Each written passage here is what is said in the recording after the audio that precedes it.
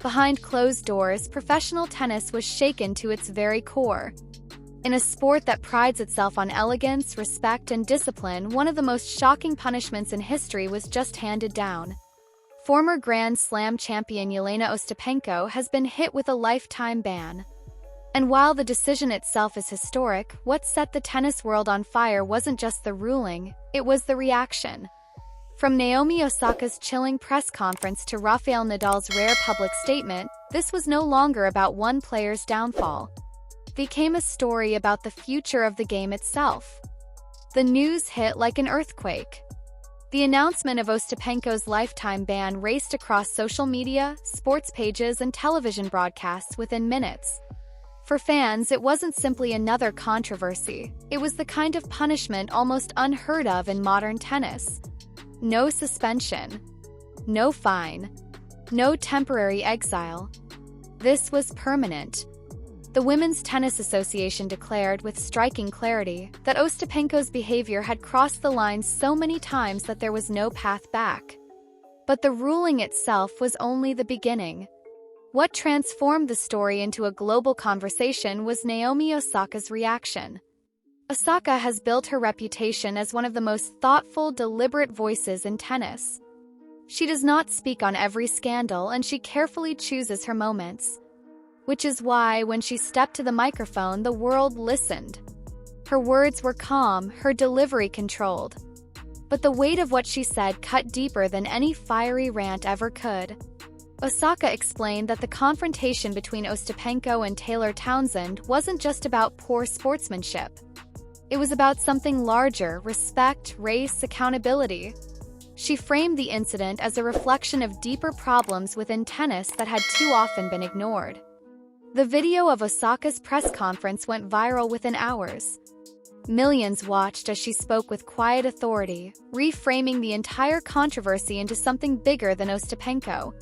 Fans praised her for saying what so many had long felt but rarely heard from someone inside the sport. Journalists dissected every phrase, pointing out how Osaka's credibility made the message impossible to dismiss. Her words didn't just comment on the punishment, they shaped the way the world interpreted it. Suddenly, this wasn't about whether Ostapenko deserved a ban. It was about what tennis itself was willing to tolerate. From that moment, silence was no longer an option. Then came Rafael Nadal. Known for his humility and reluctance to wade into public controversy, Nadal's voice carried an unmistakable weight. And when he broke his silence, he made it clear: disrespect had no place in tennis.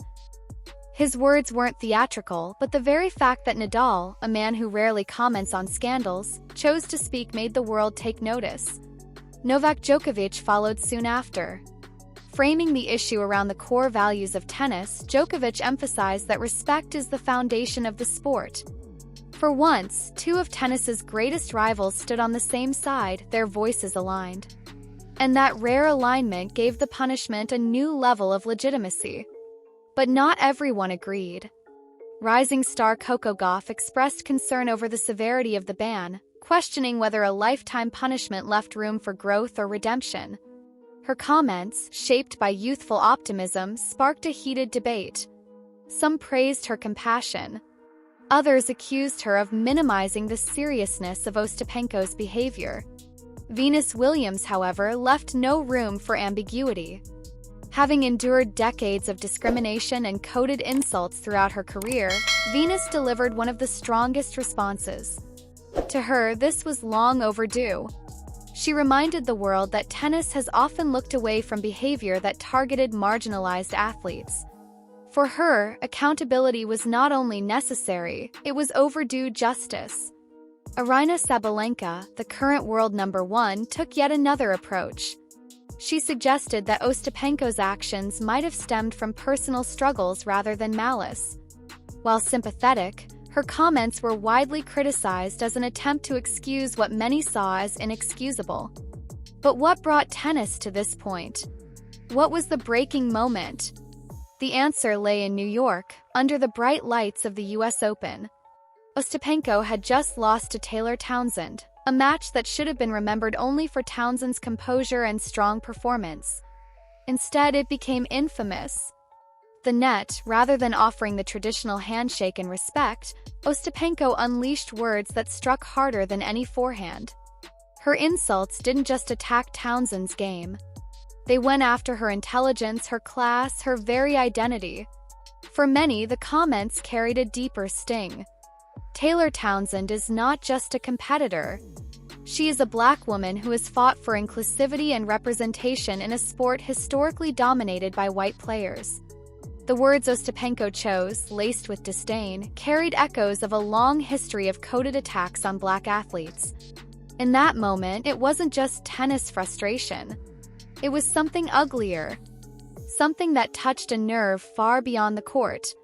Townsend, with remarkable dignity, refused to escalate.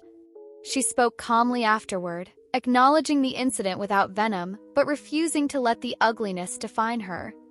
That contrast, Townsend's composure against Ostapenko's recklessness, cemented the moment in the public's mind. And it gave tennis authorities little choice. For years, whispers had followed Ostapenko. Stories of clashes with officials, outbursts at staff, and tension with fellow players. Incidents brushed aside as fiery competitiveness suddenly stood in a different light. Now, with the entire world watching, there was no more room for excuses. The Townsend incident wasn't isolated, it was the breaking point. The Women's Tennis Association made it official. Ostapenko was banned for life. A Grand Slam champion erased from the sport she once seemed destined to dominate. The announcement was seismic. Analysts called it one of the harshest punishments in tennis history. Headlines screamed unprecedented. Social media erupted into debate. Some argued the punishment was the only way to protect the dignity of the game. Others questioned if words, however ugly, should truly end a career. And yet, what stood out most was the silence. Tournament directors, sponsors, and even some fellow players hesitated to speak, unsure of where to stand. That silence only reinforced the gravity of the moment. This wasn't just about Ostapenko, it was about tennis itself. A message had been sent. No matter how much talent a player has, no matter what trophies they hold, some lines cannot be crossed. The fallout extended beyond tennis. Commentators from other sports pointed to the ruling as a benchmark. Could football, basketball, or athletics ever show the same resolve? Could governing bodies in other arenas act so decisively when confronted with discrimination and disrespect? In the days that followed, conversations about tradition, respect, and accountability flooded the sports world. Some fans praised the ruling as a new standard. Others feared it signaled a dangerous precedent. But one truth became clear: tennis could never go back to the way things were. And as this storm swirled, another reality loomed. Tennis itself is already in a transitional moment. Legends like Rafael Nadal near retirement. Novak Djokovic is entering the twilight of his career. Roger Federer is gone. The next generation, Carlos Alcaraz, Jannik Sinner, Coco Gauff, Ben Shelton, are stepping forward, carrying not just the burden of winning titles but of defining the culture of the sport. In that context, the Ostapenko saga takes on even greater meaning. The new generation inherits not only the opportunity to shine, but the responsibility to prove that greatness and respect can coexist. That accountability matters as much as trophies. That the elegance tennis prides itself on is not a facade, but a standard. For fans, it's bittersweet. To see a former Grand Slam champion erased from the game is shocking, even tragic. But to ignore the behavior that led here would have been worse. Townsend incident was more than an ugly outburst. It was the moment tennis had to decide what kind of sport it wanted to be. Years from now, people may remember this as one of the darkest chapters in modern tennis. But if it becomes the moment the sport found the courage to evolve, then Ostapenko's fall may also be remembered as a turning point. A line drawn in history. A declaration that accountability, respect, and fairness matter more than raw talent. And as Naomi Osaka reminded the world with her calm but powerful words, the future of tennis isn't just about who wins titles. It's about what the sport chooses to stand for.